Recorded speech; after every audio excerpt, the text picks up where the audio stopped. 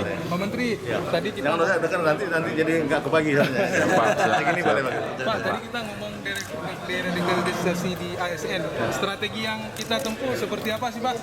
Kita berikan poin-poin apa yang tidak harus dilakukan dan semua orang sudah tanggap untuk itu. Sebagai contoh, kalau ada orang mengotak-atik tentang Pancasila, kemudian ada teman-teman ASN mengasih kode setuju aja, itu menurut kata harus kita pahami, kita tanya kenapa Anda setuju dengan itu.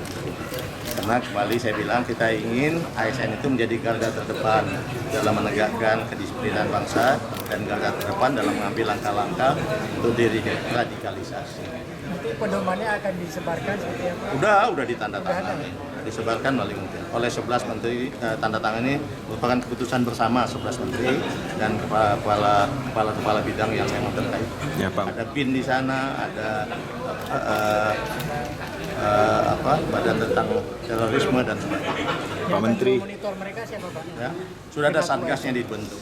Di situ ada ketentuan membentuk satgas. Pak Menteri, soal DAI itu tadi seperti apa, bisa lebih diperjelas Pak Menteri? Nah, DAI kita pesankan jangan mengangkat hal-hal yang bisa memprovokasi umat. Meskipun itu dalilnya betul, ayat-ayatnya betul, tapi kontekstualnya mungkin nggak betul, itu membahayakan.